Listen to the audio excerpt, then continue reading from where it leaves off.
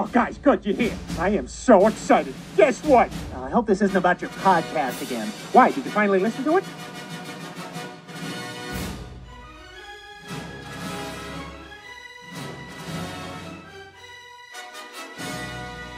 I came in like a wrecking ball.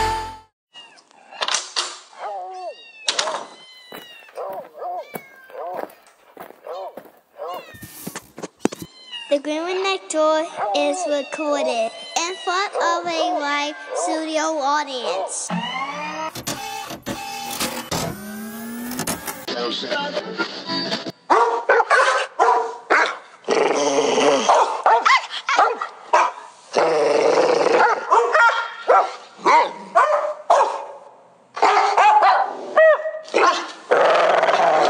And he is your host, my mommy and daddy, Chris and Stella Green. Hello, Pups and Kittens, and welcome to episode 89 of The GROOMER Next Door. I'm your co-host, Chris Green. Sitting next to me is the birthday girl herself, Sarah. Hello. Well, for starters, I know I keep posting it on album art, and I haven't really talked about it, and I want to knock this one out immediately, but congratulations on 10 weeks smoke-free. Thank you. I think I can officially call myself a non-smoker now. I think you can. I am so proud of you. Thank you. I post it every week, and I never really remember because I have so much on the show to think about, and so I wanted to actually take some time to actually congratulate you. And Thank you. And you know, you did this all cold turkey. You didn't you had no patch, you had no Nicorette, you had nothing. You did it on your own. I did have a dream last night that I cheated and had a cigarette. Uh-oh. Does that mean we have to go back to zero now? No. No? Okay. Well. No. It was very weird. Very weird. And it was like one of those moments where I just picked up one and lit, like nothing biggie, and then all of a sudden I stopped myself and go, oh wait, I'm not supposed to be doing this. I'm going to put it out real quick and nobody's going to know the difference, so I'm going to be still the 10 weeks. Okay, so we can officially say that you are still smoke-free because It was only a dream, and even in your dream you thought about putting it out. Yes. I still felt guilty in my dream. That's funny. Now, when this is released on Monday, August 10th. This is also your birthday. Happy birthday. Thank you very much. And with that, I have to play you this song.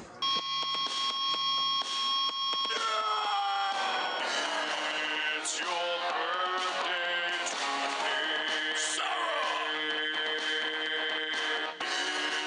It's your birthday today, Sarah. Roll and celebrate. We lose control and you cut the cake. The night is yours. Destiny waits. So share a toast with your closest mates. It's your birthday today, Sarah. It's your birthday today, Sarah. Grab your goodie bags. Open your gifts. Blow out your candles.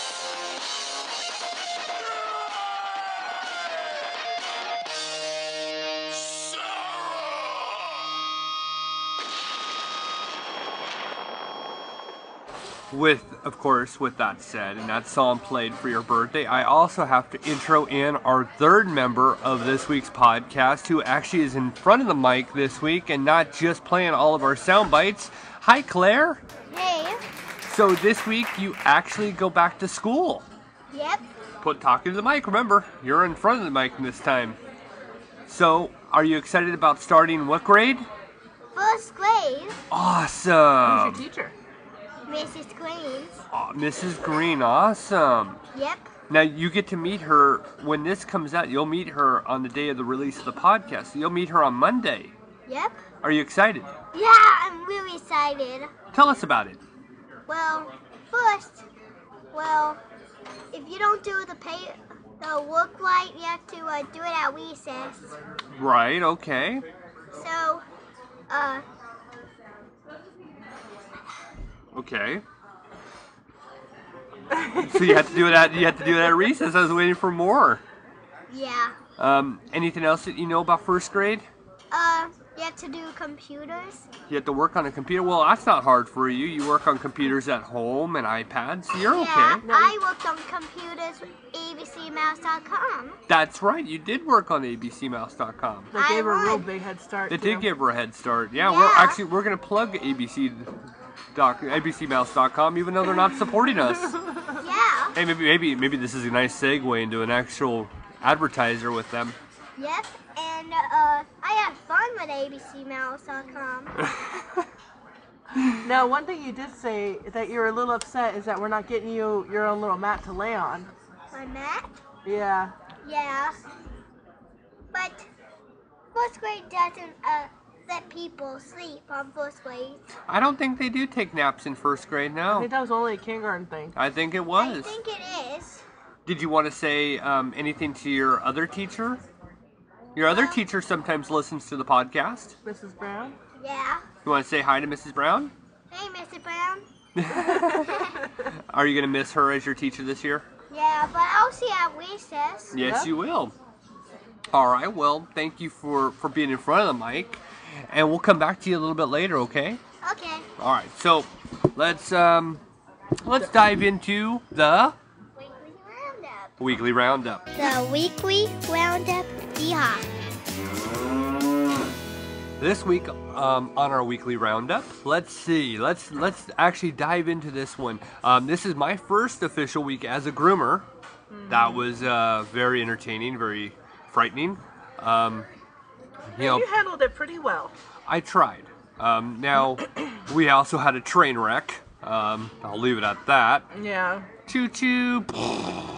But Yeah, no one's going to be happy 100% of the time. No. And every once in a while, there's bumps and hurdles that have to be taken on and dealt with. yes, To say the least. And we had our nice little hiccup this past week that I think it's best just to leave it at that. just you the know. word train wreck. We'll just leave it at that. Yeah. It was just, I'm so glad you were here, because if you weren't and this train wreck happened, I would have been so screwed over and not even funny. This train wreck was going to happen whether... Always on. This train wreck was going to happen no matter what. It was going to happen one day when I got back. It was just waiting to come to a head, and I'm just glad you were here for it, Thank so goodness. that I wasn't going to be left holding the bag. 6 dogs in a day or something like that. Right. Yeah. I mean, I think we all kind of saw this happening. The unfortunate side is you know, it was going to happen no matter what. But yeah, you know, great week. A lot of work. I mean, I'm feeling it today. I've been feeling it. You've been feeling it. We've just completed our last real difficult Saturday. We have one more Saturday to go, but it's going to be a light Saturday, and that's gonna come to an end after the next week. And I'm really excited that we're done with Saturdays. Well, it's kind of silly. I don't know why I have 2 dogs coming in this next Saturday. Well, you had more. Well, we had more, but we called them up. And then I had another one on a different Saturday. And I was like, okay, I have 1 on one Saturday. I have 2 on another Saturday. Oh, okay. I'll just come in and do these one, and because we can't push them up any sooner. Well, don't we have might it. we might have it. We'll So see. we may be done with Saturdays. We'll find out. I mean, no matter what, we're gonna have a very quick last Saturday, and then that's it. I don't know if we're gonna have another one for a while. We both need the time off. We We're need the just 2 days. real lucky because we had a Great Pyrenees booked on the one Saturday. We had a Great Pyrenees week. That's so the this other one Great Pyrenees was booked on a Saturday, and my one day, the customers completely forgot, and they had 2 dogs. And so I had this big, huge open spot, and the other dog was just a little small trim. So I was like, you know what? I'm just calling in the Great Pyrenees, and that's part of what happened with the train wreck that happened. A certain somebody chimed in and said, couldn't you get something smaller Yeah. Because somebody didn't want to work. Well, Well, they worked no. themselves out. Yeah, right. Goodbye. Don't Anywho, let the door hit you on the beep. So, luckily we were able to call that Great Pyreneesan. By calling that Great Pyreneesan, you had one, I had two. Yes. In 1 week. I'm like, 3 Great Pyrenees in 1 week. That is so weird, right? That is a little bizarre. I don't know if we've ever had 3 in 1 week. There was the summer where I had like Was 4 there? or 5. There Well, was you like and I, one a you and day. I though. I don't remember. I don't know if we've ever had this. There are a ton of them in this area. A ton. Yeah. I mean, throughout the summer, it's rare not to get one a week. Mm-hmm. And a lot of people have a lot of property. There's coyotes out there, and this one Great Pyrenees that had to cancel and reschedule got attacked by a mountain lion. Yeah, you told me this story. This is a great story. And he's got a full cast all the way up his front leg and wraps around his neck. I mean, it's just to keep it on. Right, right. But it actually is a ginormous cast. He has a compound fracture, and he's lucky to be alive. I think this Pyrenees must have hurt the, what did I say it was? Coyote? No. Mountain lion? The mountain Mountain lion, lion. that's right. Must have hurt the mountain lion pretty bad, because the mountain lion would have won and would have definitely finished its job and not just stopped at a broken leg. Right. So Great Pyrenees are amazing dogs. They Right. are amazing with with family, especially if you socialize them early. Mm-hmm. They are fantastic dogs. They feel most comfortable with open land that they can roam, and they know where to go and where you are constantly. Mm-hmm. They are herding dogs, and they will protect sheep, cattle. They'll protect anything they have to. They'll protect your babies at home. Yeah, Great Pyrenees actually, this week, all 3 of them have, they've risen to the top of my favorite breed. I mean, I honestly would say our next dog I would Rottweiler. like to actually, Rottweiler. I would actually like to have a Great Pyre as the next Roddy. dog, but you know, with the amount of work that has to go into them. Well, see, and I would make so many people mad because I wouldn't keep it brushed out. I would keep it down at a shortcut. But that's one of the reasons why I don't want to get a Great Pyrenees, is because I know how our lives are. Yes, well, a groomer's dog is always the last to get groomed.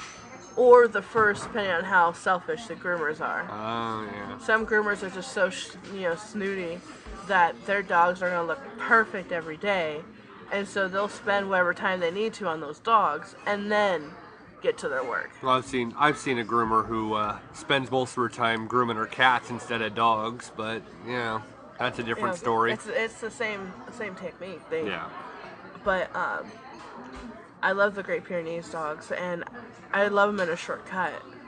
We have another one coming up next week, I think. Oh gosh. Yeah. I think I'm gonna be exhausted. And a Newfie. Yeah. And a 140-pound golden doodle. Oh boy.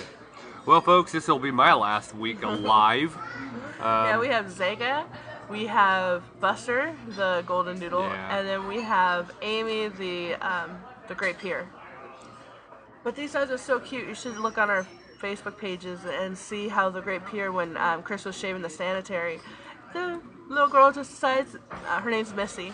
Missy just decides to put her little chin on top of Chris's head and Well, just rest there. I know on the actual shop's Facebook page, it's Yes. on there. I've also put it on our show page. So it's was too there. cute. It was just too cute. I walk in because I had to talk to a customer. I walk back in and Chris is on the floor, and here's this big old Great Pyrenees head sitting around top, just looking. And drooling. Oh, I didn't see the drool. Oh yeah, I had hair gel. That was great. But man, I did have to say I fell in love with having a Great Pyrenees week. They are a wonderful dog. And Princess is always amazing. She's the only Great Pyre that would ever book on a Saturday because she is a good girl. She is. You can't make her do anything. You have to coerce her to do it. You have to talk very softly, and it's funny. It says, "Say, Princess, sit." She will not listen to you, and you change your voice and you go, "Princess, sit down, baby girl, sit. And then she'll sit. Right. It's hilarious how she acts like that. But Katana does too, if you notice. She yeah. doesn't respond to No, certain. she does not respond to it. She You responds. have to force her, you know, come here, baby girl. Yeah, it's like And she does it. like going outside. You have to actually go. Come on, let's go outside, and she'll actually go. But if you go outside now, she's like, nope, nope. So I had to stop you right there. You gotta turn around and look at that guy's shirt. I will later. It says Lieutenant Dan. Oh gosh. Okay, now I like that. I love it. Now Tuesday I cleaned out my house. I took Claire out with me. We went out, cleaned out my house, left that place, finished up everything at school this week. Got your deposit back Yep. on your apartment. Got your birthday gift, which I know because it's still the day before your birthday, you've yet to open up your gift. What'd you get me? You'll find out tomorrow. Well, you'll find out today when you actually open it, but that's gonna be Monday and it's still Sunday. So, yeah, that was entertaining. I can honestly say I'm happy to be back. Definitely glad to be away from the school. There's definitely some excitement to be away from some of the things that I unfortunately had to go through. But you know, I can't stand cattiness, and I mentioned it last week in my last log. Couldn't stand that.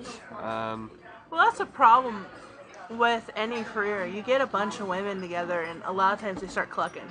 A bunch of hens in the hen house. Well, yeah, and a little bit of arrogance, and the arrogance is what really got me. You couldn't back your crap up, but you sure had a lot to say, and that's the stuff that really irks me. What's funny is that you're dealing with all that while I was dealing with my own Yes. at home.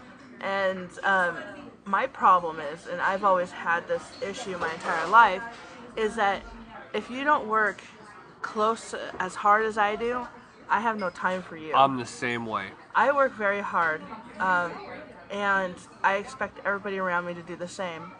All the kennel staff do. Yes. They all work very hard, and I love being around them because I feed off their energy. Keith, he works very hard at making sure everything stays on track, making sure our product's in, make sure he stays up on the newest product, making sure everybody's happy. Right. And then when you have somebody that's hired only to do 2 jobs and they're not doing it, while everybody else wears like 5, 10 different hats. Right. And someone who only does 2 things isn't doing it, it makes it very difficult for everybody to get along. Well, yeah, I even tasked them with seeing what they would do with one of my dogs, and just an epic fail. But, so, you had your struggles, I had my struggles, yours has come to an end. But I'm still feeling the And- physicality that went into it. But, you know, your that drama has ended. Yeah. And then ours is coming to, the one at the shop right now is coming to an end. I'm happy everything's gonna start getting back to a normal. Me too. But I'm lucky, we're lucky that all our dogs are so cool Yeah. that we have come in. Yeah, we got a few that are pains and we have to deal with them. And yes, you know, we are known to be one of the only grooming salons in the area to groom aggressive dogs. But we love it. Very true. I mean, you had that little Westie puppy that was matted to the bone. Oh gosh, I forgot about that. Moving every 20 seconds, twirling. That was hard. That And was then you hard. got it done, and you got it done safely. That was hard. Yeah, I walked out of there without a nick, and that's hard to do, especially with those kind of mats. All right, let's move on to G&D news.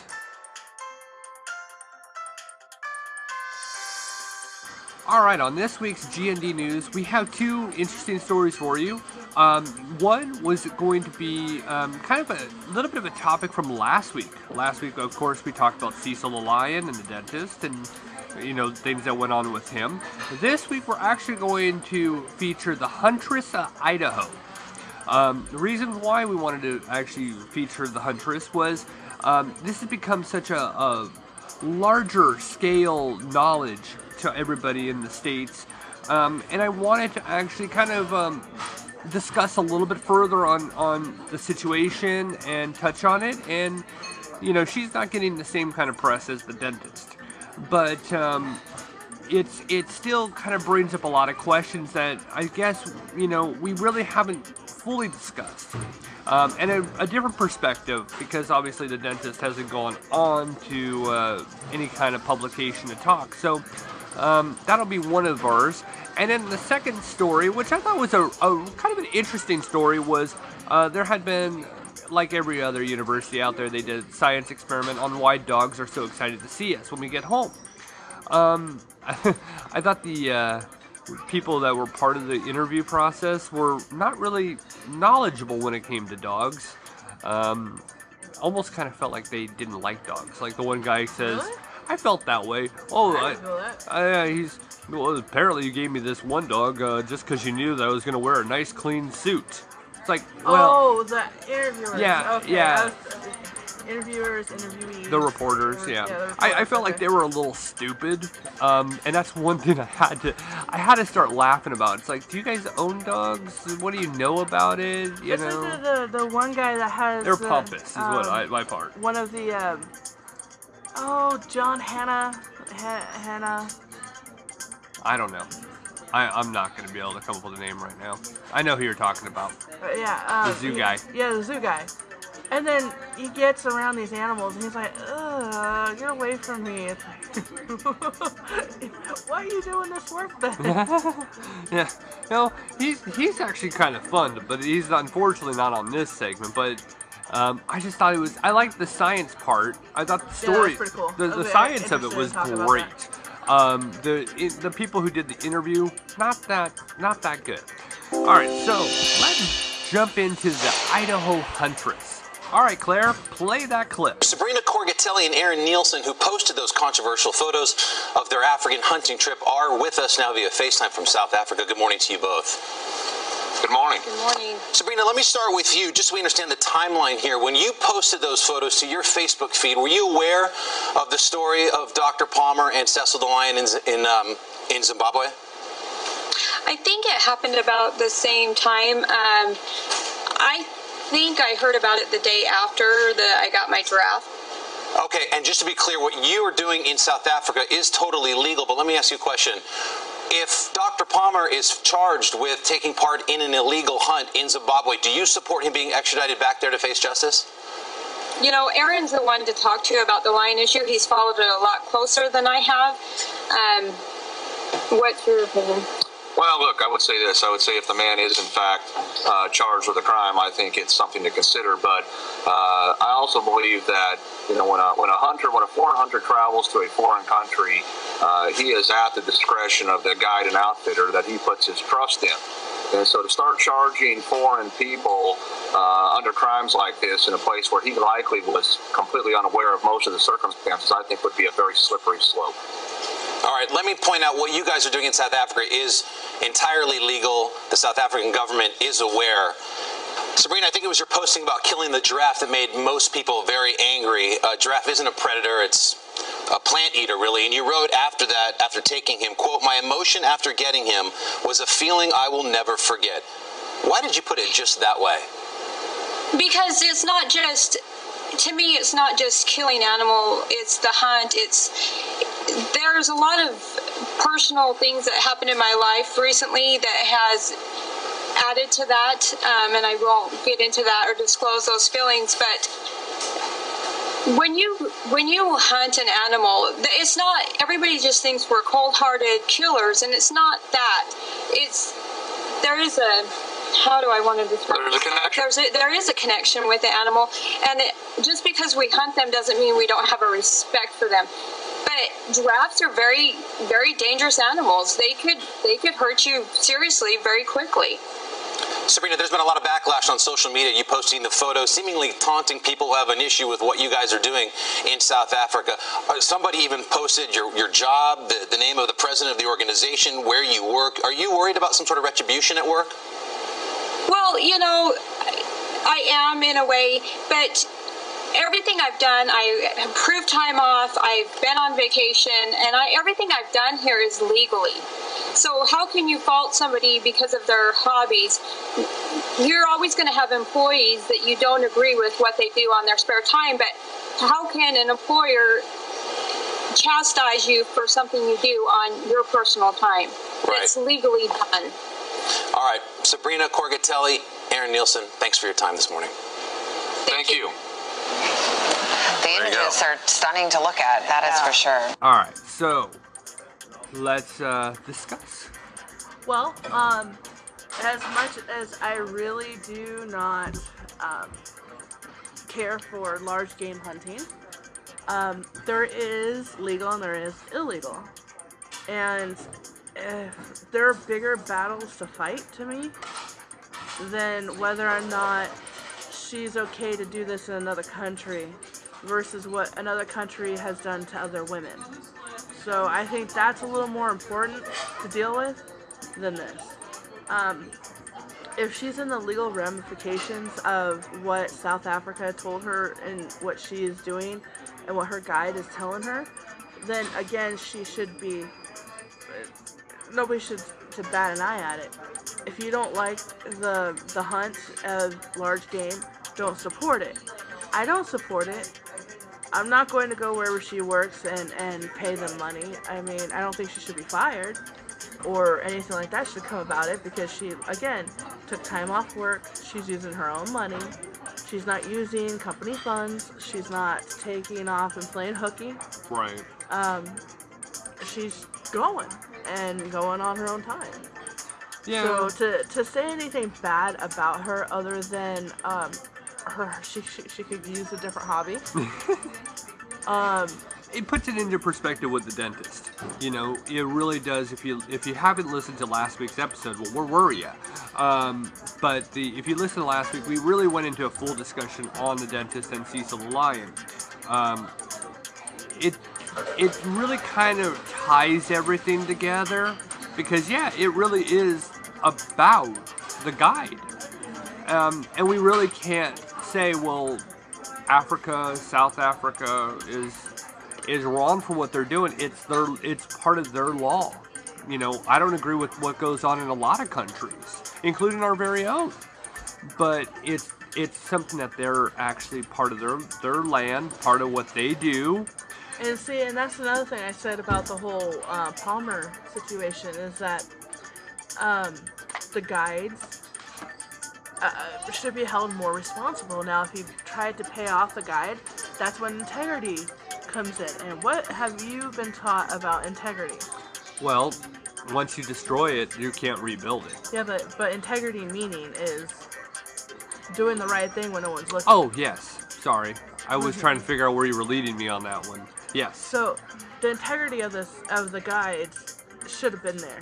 Instead of taking the extra money from Palmer and well, he came in with $50,000 and the actual site itself did not have a tag. They could not actually provide that tag, and so therefore they weren't allowed to hunt. They illegally did it, but I would more or less, that's where the actual guide was at fault. That's what I'm saying. You're very much right. And her guide, tags are all accurate. She has the permits, and her guides have the permits. So you're right.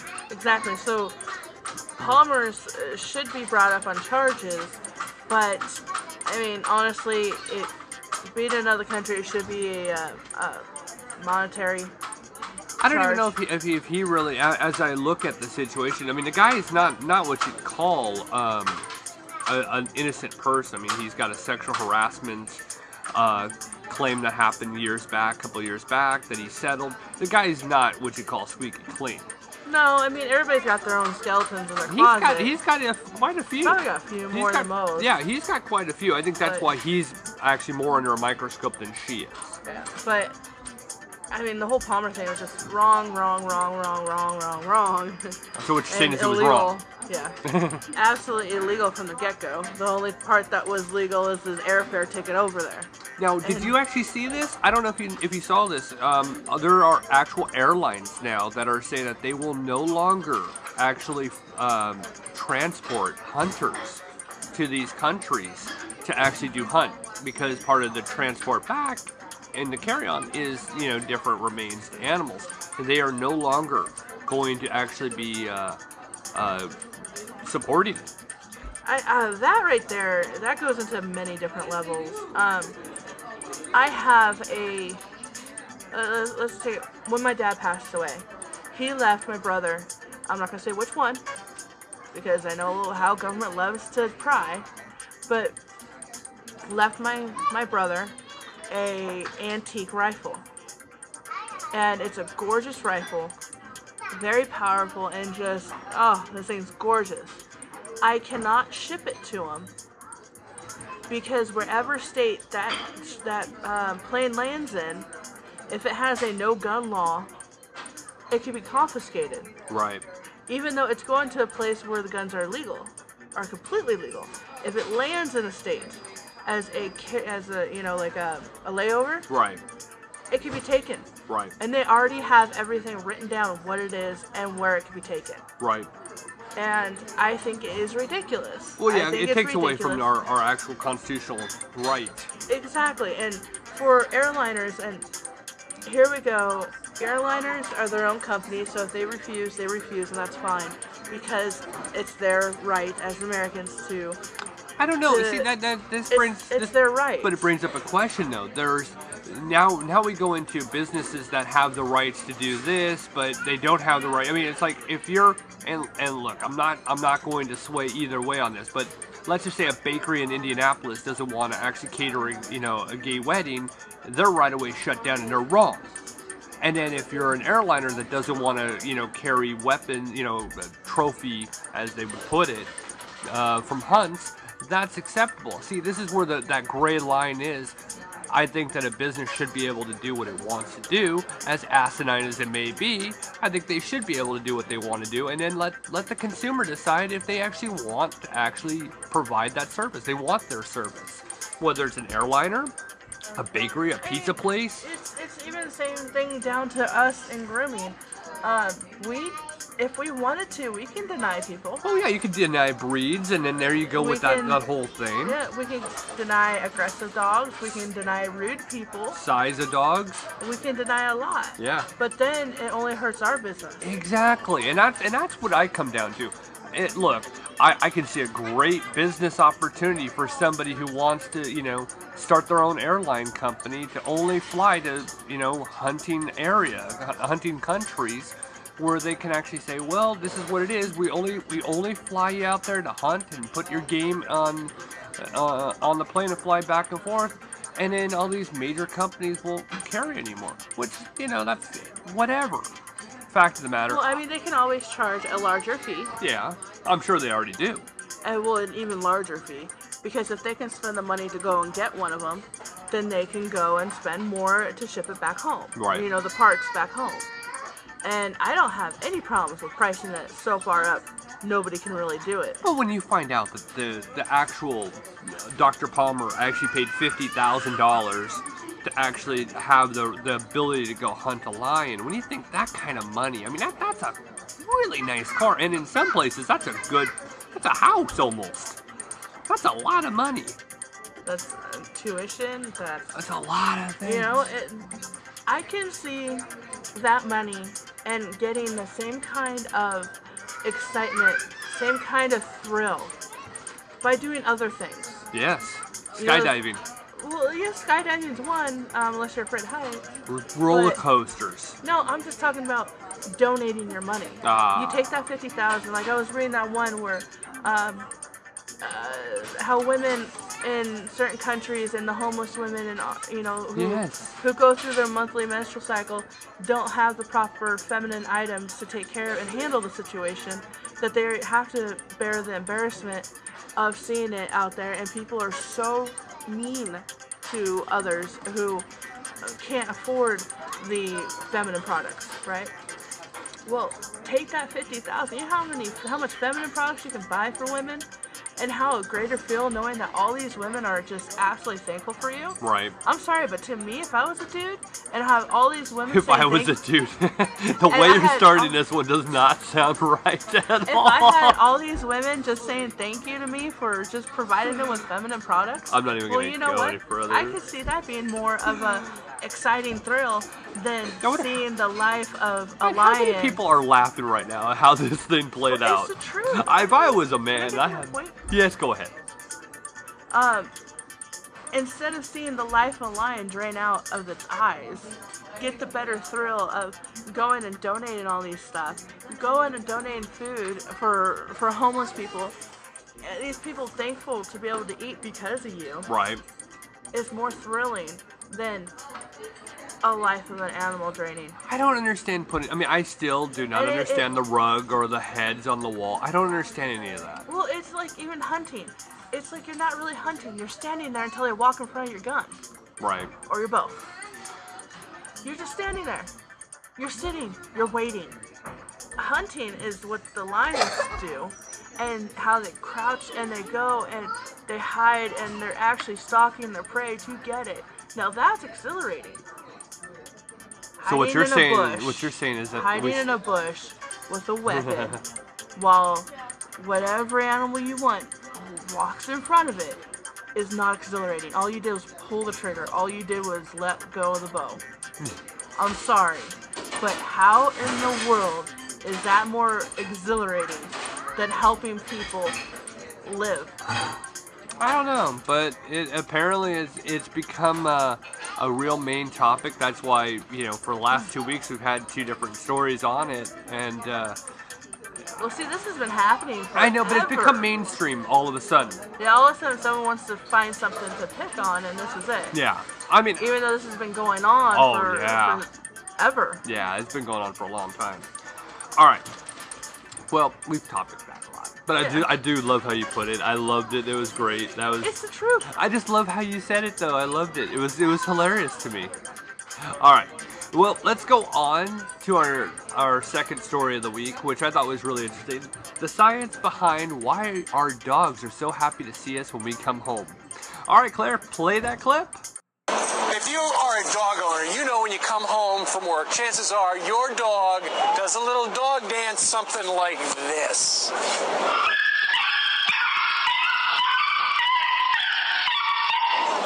My dog Charlie would do that every time I would come home. Why? Well, there is now science to help explain why they're so excited each time you open the door. Andrea Arden is the certified dog trainer and the director of Andrea Arden Dog Training. She joins us live. Hello. Did you put this one in my hands because you knew I had a clean suit on? Oh, because I figured you'd get shed all over? Yes, exactly. Yeah, it was my joke for the day. So it comes down to, it's this simple. I always thought it was your dog sees you and thinks, oh, there's my owner. No, it has to do with your smell. In great part. So the study was done at Emory University, and what they did is they trained dogs to be able to go into MRI machines, which was a task in and of itself. Right. They had to lay very still for prolonged periods. It's not easy for humans either. No. And what they did was they presented the dogs with different smells, and they found that out of all of the smells, the smell that took priority over all others was the smell of their familiar people. So you would think that smells of like food and that sort of thing would take priority. No, it was human smell. So when the dog smelled you, yes, then what happened in their brain? Well, actually, they showed that in the reward center of the brain there was activation. There was a lot of activity there. And in fact, there was another study that was done a little while ago that was on the sounds that dogs react to. And they found that the sounds of human voices, familiar human voices, the dogs had the same response as the smells. The reward center. Exactly. This dog, I think he's so excited to see me, but I think he thinks I have like bacon in my pocket or in my hand. He probably does. He was doing tricks. Staring at my hand. Yeah, that's Roger. Roger's lovely. He's available from the Humane Society, as are all these lovely dogs. Well, we want to thank the Humane Society Yes. for bringing us these sweet friends. Is this Titus on the end? Is that right? Yes. Hi, buddy. Yeah. So you have a good sense of smell, too. So this is not just about my owner has a treat in my pocket. This is scientifically based that the association is also about care and their needs being met with the smell. Yes, and I think one of the important things that's the takeaway from these studies is that it shows us that, of course, we all know we love animals. We've had a strong relationship with dogs for over 30,000 years. They're not only our companions, but they're our service animals. We use them for lots of different things. And it's a totally reciprocal relationship, but it shows us that there really is love there, and hopefully that teaches people that we really do need to treat them with respect. Right. They are sentient beings. They have feelings, they have emotions, and they deserve our respect, and that's the best way to earn their respect. When you get home and the dog does that, they just overdo it. Is there any way you can train the dog, okay, give me some loving when I come in the door, but just not so much loving? Yeah, it's really easy. I mean, I think, we all love the videos of dogs that are over-the-top enthusiastic when we come home, but keep in mind that behavior, sometimes, as cute as it is on a video, can actually result in a dog who develops separation issues, because they're so excited when you come home that when you leave, it's very black and white for them. It's too hard for them to deal with that extreme change. So it's a good idea when you come home, as much as it's reinforcing to have them greet you very excitedly, to wait until they have 4 paws on the floor, they've calmed down a little bit, and then that's when you reward them with your attention. So you're not rewarding that frantic hello. Frantic, exactly. Calm, as cute as it is. Confident hello. Exactly, yeah. Very well said. Thank you. Yeah. Oh, that's so cute. Roger's out of here. Talk about love. Titus is just hanging. He's holding his ground right there. Titus is an 8-year-old St. Bernard, and this is an example that this is a dog who was with somebody for its whole life. They could no longer care for him, and so they surrendered him to a shelter, to the Humane Society. He has a lot of love left to give, though. He's beautiful. So if you're interested in any of the dogs that are available from the Humane Society of New York, right? Does that dog walk you, or do you walk him? If you're lucky, you can ride the dog. Andrea, thank you very much. Thank you so much. Alright, so that was the science behind why our dogs are so happy to see us when we get home. Now here's the weird thing now with, like, especially Belle. When we come home, Belle can either hear the car door close, and when we're walking up our driveway, she can hear that, and that's not a smell. Definitely when that door opens, my goodness, does she go nuts. Well, yeah, it's sight and smell, I believe. It's more than just smell and sight, because they spoke about how they showed them the stuff, food. They showed them their human that they love, and it triggers something in their brain. And that is, it's nice that there's a scientific proof. Right. But I could have told you that in the first place without spending the how many thousands of dollars it took to get it. Tens of thousands, yeah. Because you had to get the dogs to train to lay perfectly still. Can you imagine how hard that was? And then an MRI. Oh, man. For one, you're putting a dog through a useless scan. There's just certain testing that shouldn't be done. Anywho, I could have told you that myself. I could have totally told you completely why a dog freaks out when you come home. Now, one thing I have to actually say is that one thing we do is we do not pet the dog right away. We let it actually kind of go to all 4, and then we'll go over to it. So that I do agree with. The only time I'm ever guilty of not following that rule is when I'm at work. Yeah. We had this one particular schnauzer. But there's a difference for that. True. There's this one particular schnauzer. Her name is Holly. It's actually Keith's cousin's dog.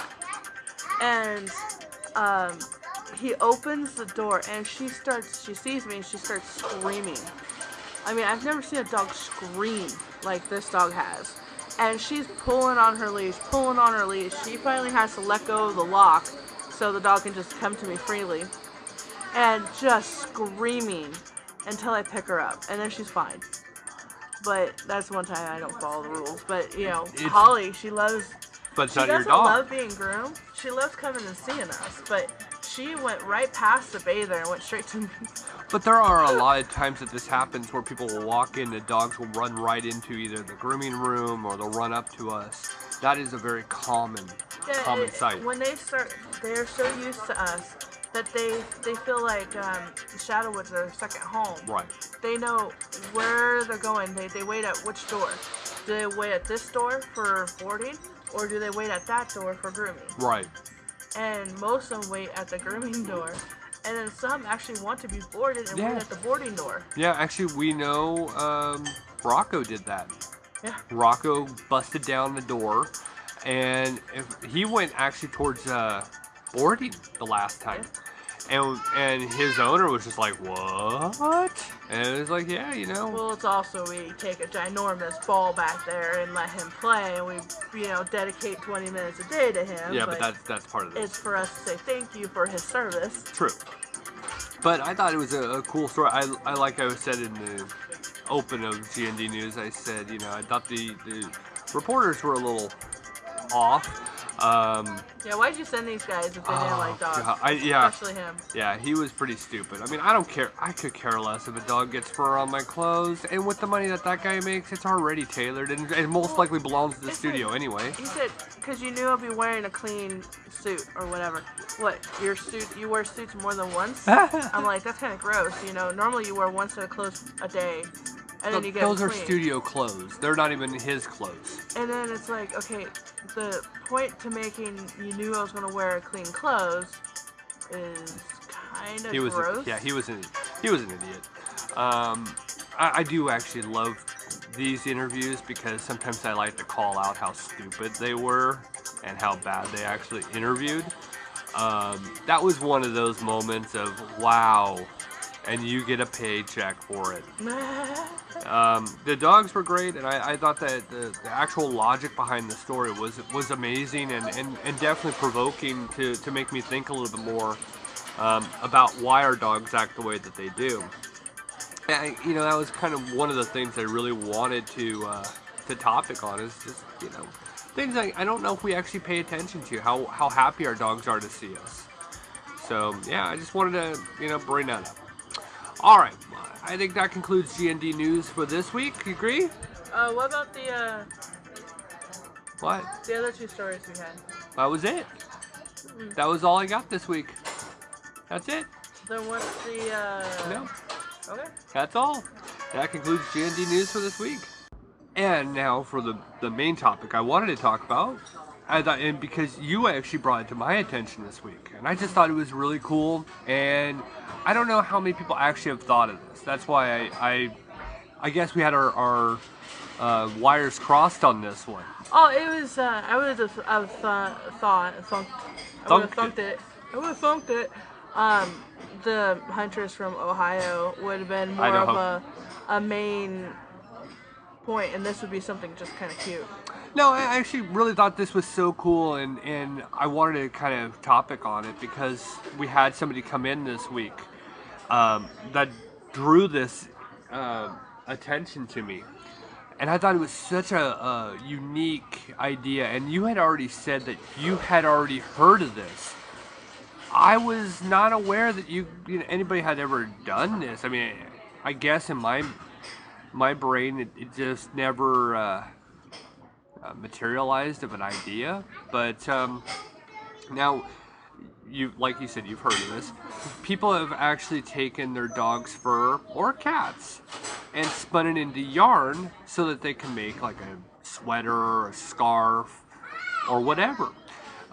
So I'm going to play you a clip. It's actually two clips into one.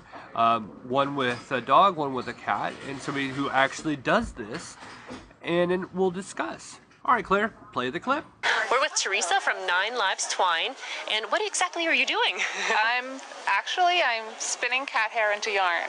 Oh, wow. So this is Moses, who is a 10-year-old black cat from eastern Vermont, and his owner's been saving brushings for 9.5 years. Oh, my. So this is 9.5 years worth of Moses brushings, believe it or not. Just a short-haired kitty. And she's going to make a hat for herself and a hat for Moses. Very so cute. She's a knitter. Yes. I can make anything custom, a lot of hats and scarves, mittens, stuffed animals, whatever the customer wants, I can make anything custom. And then I do a lot of felting too.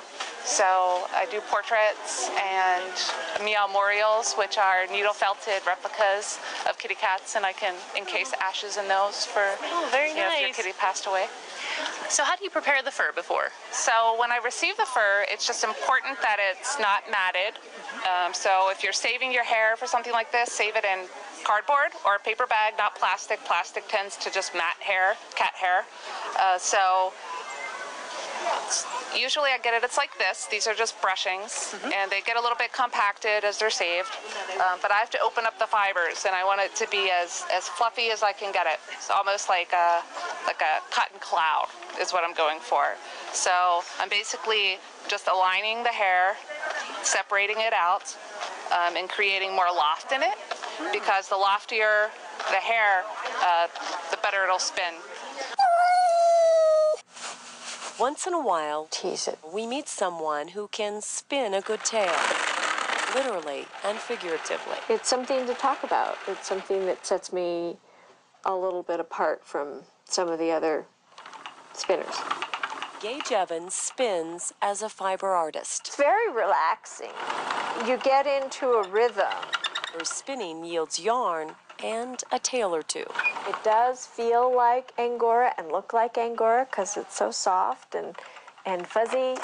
The tale Gage tells begins with a tail, a fluffy white tail. Her name is Loba, which means wolf in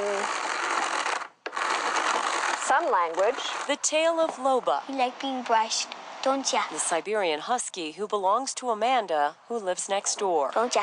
Don't ya? Can you feel that fur? Loba loves a good brushing. Every stroke gives her coat new shine. We put it in a bag.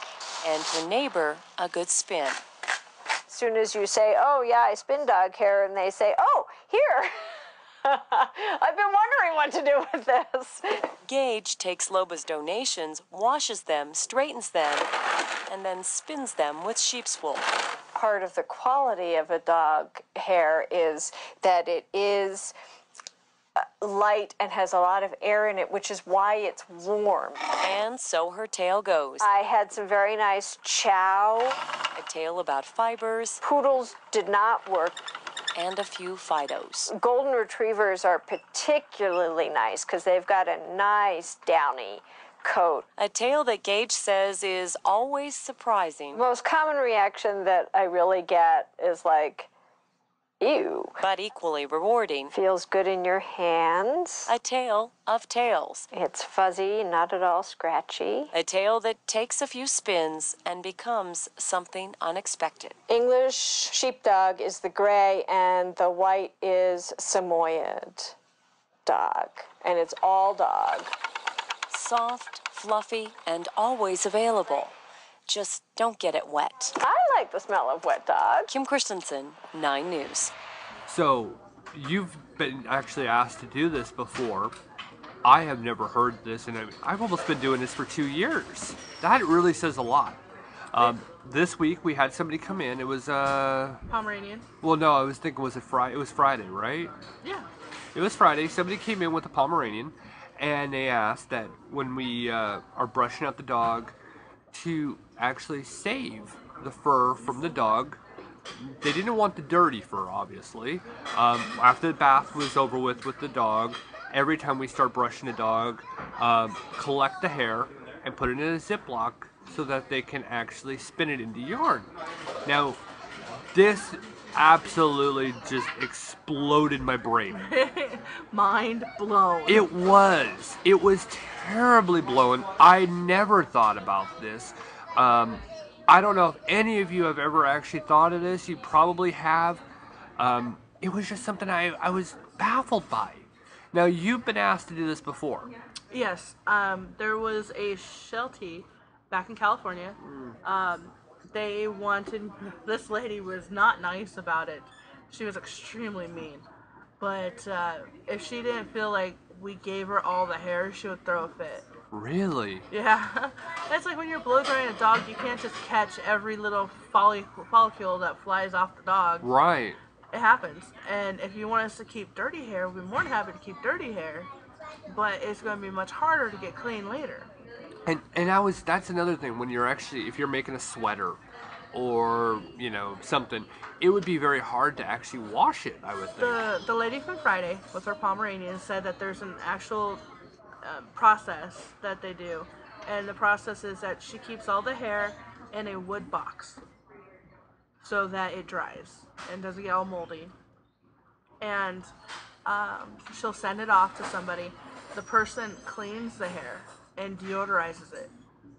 So they do something to get the smell out from smelling like wet dog when it's being cleaned. And no, she does not like the wet dog smell. that last lady was a little weird. But, yeah, the lady was a little weird. She was, yeah. Yeah, she was a little off. I thought she was kind of entertaining, though. She entertained me. She is, but a little off. Anywho, but the one in California, we would give her a big bag. We ended up having, like, Walmart bags Right. ready for her. We never filled it, but we got quite a bit off. And then every other time, she thought that we didn't give her hair, so she would go and complain to management, but she would never take her dogs anywhere else but us. I mean, there was plenty of places to take their dog in California, plenty. But yeah, she still brought it to us. And I was like, you bring your dog in every 3 weeks, there's not going to be a lot of hair each time. Dogs don't go through that much undercoat that quickly. But it's pretty cool. I've never seen any finished products of anything. I've never I saw seen some it online. done. I saw some online, and they were entertaining. And I guess that it sounds like they fed the animal hair into wool. Yeah. To make it more durable. I can see where that works. It looked like they were spinning it on a spin wheel. They would just kind of intertwine it, kind of roll it, almost kind of in a sense mat it, and spin it on a spinning wheel, like I used in this week's album art. Just like that, a spinning wheel like that, and they would feed it through and just kind of go over and around, and it would make a nice piece of string, and then they'd roll it like yarn. And I thought it was just, both cat and dog fur, the same thing. They did it the same way on both, and I was just entertained by it. There's a dog that's being left in a vehicle 3 minutes ago. Windows are all rolled up. Oh boy. But the vehicle could be on, so I don't know. Oh. And the people are sitting right behind us, so. In Well, just a few minutes, we'll be going out there to check to make sure that the car is on and the AC is blowing. See, folks, even when we're recording a live show, we still see things. I just really wanted a topic on this. It's really a cool idea, and the more dedication that you have towards it, the more likely you are to get something. I mean, you don't have to make something into what would be worn. I mean, like the one lady said with the cat hair. 9 years collected right. in a small But box. She said she did felting. I'm not sure what that is, but they're able to encase some of passed away cat's ashes in there and made art out of it. It looked kind of like a Christmas ornament for a tree. That's what it looked like. Just a flat kind of thing on a hook. Wasn't anything, crazy, but interesting. I mean, one thing I would think of is make a stuffed animal, like a little. If it's a cat, make a cat stuffed animal out of it. And see, I can't bring myself to do that. I got tons of undercoat from Katana that is just. Can you imagine a Katana stuffed animal made out of her fur? I could totally see it. I don't know if I can do that. It's kind of like just might as well stuff your dog. No. But see, it's not actually your dog. It's not like taxidermy. Yeah, it's a stuffed so animal with different. stuffed animal kind of insulation, and then yeah. The song comes through. Who wears short shorts? You are distracted today. There's this guy walking by. You'll see in just a second. I mean, he's got some short shorts. Those are pretty short. All right. But yes, it is really cool. I would love to see more stuff, different creative things done with it.